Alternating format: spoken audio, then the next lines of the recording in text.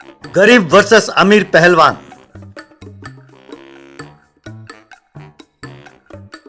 कृष्णापुर नाम का एक गांव था। वहां पर हनुमान नाम का एक गरीब था।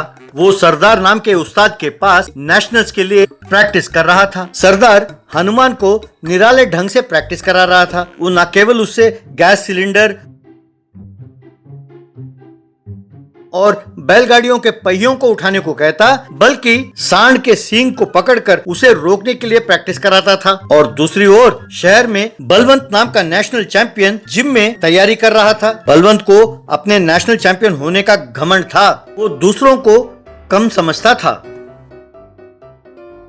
एक दिन बलवंत प्रैक्टिस कर रहा था कि उसका ट्रेनर राजू वहां पहुंचा। तब राजू से बलवंत, नमस्ते उस्ताद जी, मैं आपको गिफ्ट देने की बात सोच रहा हूँ। कहकर राज को एक मुक्का मारा। राज दूर जा गिरा। उठकर राज, अरे कमीने, इतना जोर से क्यों मारा? और जोर से लगता तो मैं मर जाता। अरे कोई खास बात नहीं गुरुजी, बस हर रोज वो वेट उठाते उठाते और पंच बैग में मुक्का मारते मारते बोर हो गया था। पता नहीं क्यों आजकल लोगों को मारने का दिल करता है, इसीलिए मैंने आपको मारा।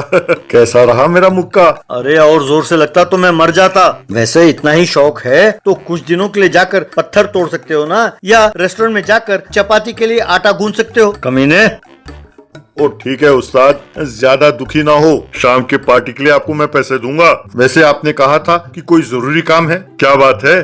कोई खास नहीं, हमें कुछ दिनों के लिए कृष्णापुर जाना होगा। वहाँ सरदार नाम का एक उस्ताद है। वो गरीब लड़कों को ट्रेन करता रहता है। अगर कुछ दिनों के लिए तुमने भी वहाँ जाकर ट्रेनिंग लिया तो तुम्हें नेशनल्स के लिए सेलेक्ट कर लेंगे। ये क्या बात है? मैं तो पहले ही नेशनल चैंपियन हूँ, मुझे सेलेक्ट करने वाला वो कौन होता है?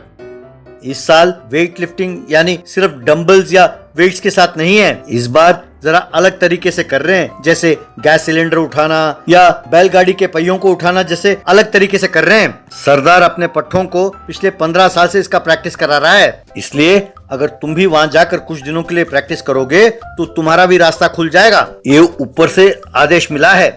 अगले दिन बलवंत और राज अपने कार में सरदार के पास पहुंचे। वहाँ उन्हें गैस सिलेंडर के साथ प्रैक्टिस करने वाला हनुमान दिखाई दिया। हनुमान से बलवंत, अरे वो कीकर के पेड़, अरे वो तू ही है जिससे सरदार प्रैक्टिस करा रहा है। अब समझो तुम्हारा काम तमाम हो गया। तुम्हारे सामने पैसे वाला नेशनल चैंपियन खड़ा है भैया। सरदार को यूं पैसे फेंक कर खरीद लेंगे, देखते जाओ। देखिए, हो सकता है कि हमारे उस्ताद आपके दोस्त हों, पर अनजान व्यक्ति के पास अपने दोस्त की भी बुराई नहीं करनी चाहिए। और कोई मेरे उस्ताद की बुराई करे, ये मुझे पसंद नहीं है। अरे ऐसी कहानियां तो चंदमामा जैसे किताबों में अच्छी लगती हैं। उन्हें भेजोगे तो पैसे भी देंगे। ये सब मुझे ना सुनाओ, पहले जाकर सरदार को बुलाओ। हनुमान के अंदर जाते ही राज, अरे पगले, सब मेरे जैसे थोड़ी होते हैं। अगर सरदार को गुस्सा आ गया तो तुम्हारी खाल उधेड़ देगा। अरे उस्ताद, ये जो तुम सोच रहे हो सब फिल्मों में होता है। असली जिंदगी में यूं पैसा फेंको और तमाशा देखो। अब तुम देखते जाओ कि सरदार को मैं कैसे काबू में करता हूँ।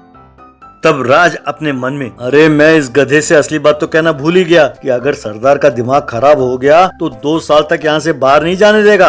अगर इस बेवकूफ ने कुछ कर दिया तो मैं भी यहाँ अटक जाऊंगा। अगर ऐसा कुछ हुआ तो फौरन भाग जाना होगा, यूं सोचा।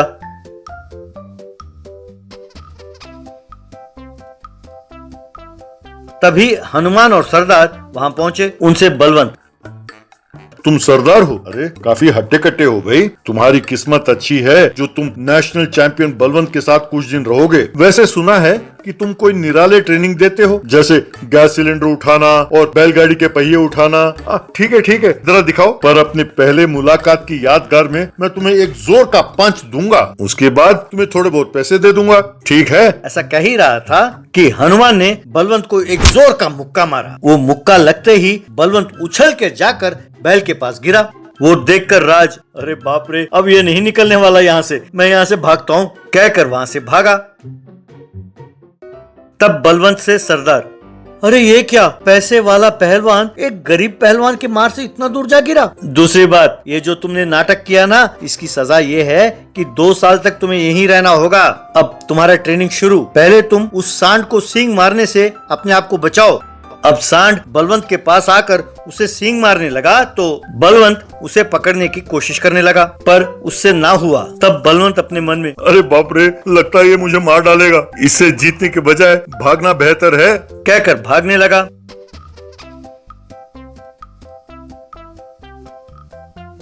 तब सरदार हनुमान से, हनुमान, इस बार नेशनल्स के लिए जाने के लिए तुम तैयार हो जाओ, चाहे जितना भी बड़ा पहलवान क्यों ना हो। जो अपने उस्ताद की इज्जत नहीं करता वो बेकार है, वो यूं ही भागता रहेगा। और बलवंत उस सांड से बचने के लिए कंपाउंड के चक्कर लगाता ही रहा।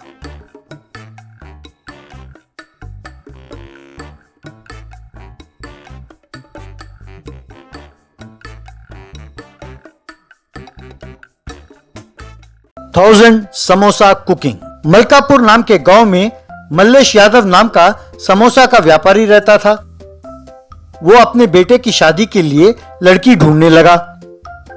एक लड़की के घर रिश्ते के लिए जाकर, आप तो जानते ही हैं कि मैं इस गांव में सबसे नामचीन समोसा व्यापारी हूँ। मेरे हाथों का समोसा खाने के लिए उस खुशकिस्मत को मलकापुर में पैदा होना चाहिए। ऊपर से हमारे समोसे की खासियत उसका अनूठा फार्मूला है जो खास तरीके से बनाते हैं। वो हमारे फैमिली का बिजनेस सीक्रेट है, वो हम किसी को नहीं बताएंगे। हमारा धंधा रॉकेट की तरह बढ़ रहा है। ऐसे मौके पर मैं चाहता हूँ कि मेरे अपने लोग ही बिजनेस में मेरा हाथ बटाएं। इसीलिए मैं चाहता हूँ कि मेरे बेटे की शादी ऐसी लड़की से हो जो समोसा बनाना जानती हो। अगर बहू भी समोसे बनाने वाली मिल जाए तो हम फ्रेंचाइजी भी खोल सकते हैं ना। हमारा ट्रेड सीक्रेट भी हम में ही हिफाजत से रह जाएगा। ऐसे कहकर लड़की को देखकर, लड़की बड़ी सुशील है, क्या ये समोसा बनाना जानती है? ये सवाल करते ही लड़की के पिता झूठा जोशी अपने मन में, रिश्ता तो बहुत अच्छा है, अब अगर ये कहा कि लड़की समोसा बनाना नहीं जानती है तो रिश्ता टूट जाएगा। बड़ों ने कहा है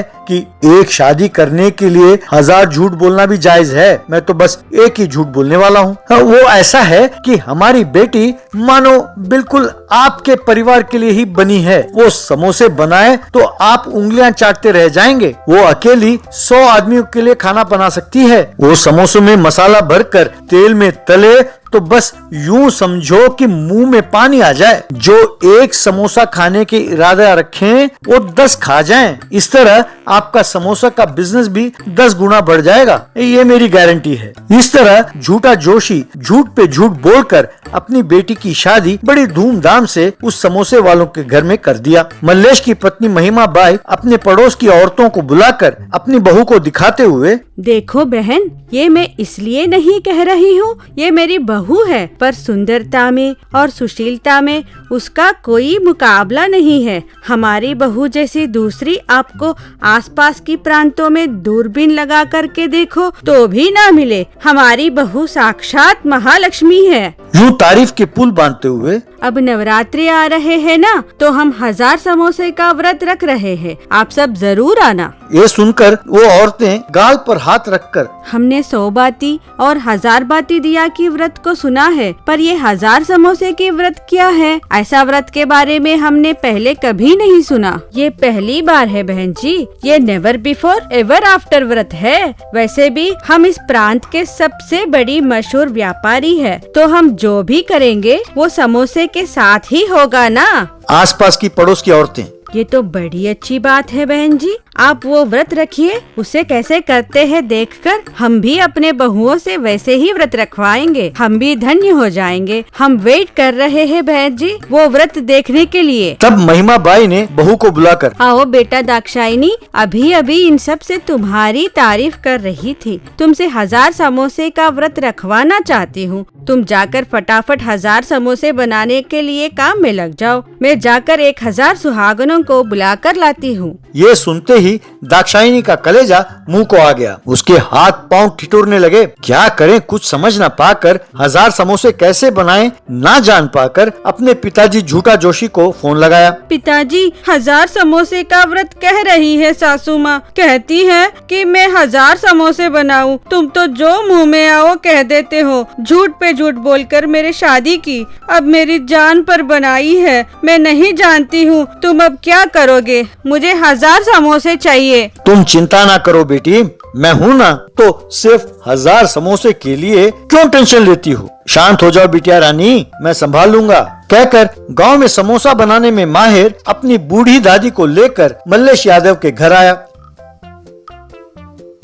क्यों समधी जी, सुना है कि 1000 समोसे का व्रत रखा है। आप जो भी करते हैं वो बिल्कुल निराला होता है। ये जो दादी हैं, ये मेरे चाचा के दामाद के ताई हैं। मेरी बेटी को बहुत चाहती हैं। वो बेटी से मिलना चाहती थी। मैंने सोचा ये व्रत में भी हाथ बटाएंगी, इसीलिए दाक्षायणी से मिलाने ले आया। ये भी कोई कहने की बात है समधी जी, बड़े होते ही हैं कि ऐसे काम को सही तरीके से कर सकें। जाइए माता जी, हमारे बहू का हाथ बटाइए। कहते ही बुढ़िया अंदर गई और दाक्षायणी से, अरे बेटा, तुम बस यूँ करची को पकड़कर ऐसा वैसा हिलाते रहो और एक्टिंग करते रहो। बाकी काम मैं संभाल लूंगी। सिर्फ एक्टिंग ही नहीं, साथ साथ में जैसा कर रही हूँ तुम देखो और सीखो। इस बार मैं हूँ, बच जाओगी, पर बार बार ऐसा किया तो पकड़े जाएंगे। बेटा ध्यान रहे। कहकर थोड़ी ही देर में 1000 समोसे बना दिया।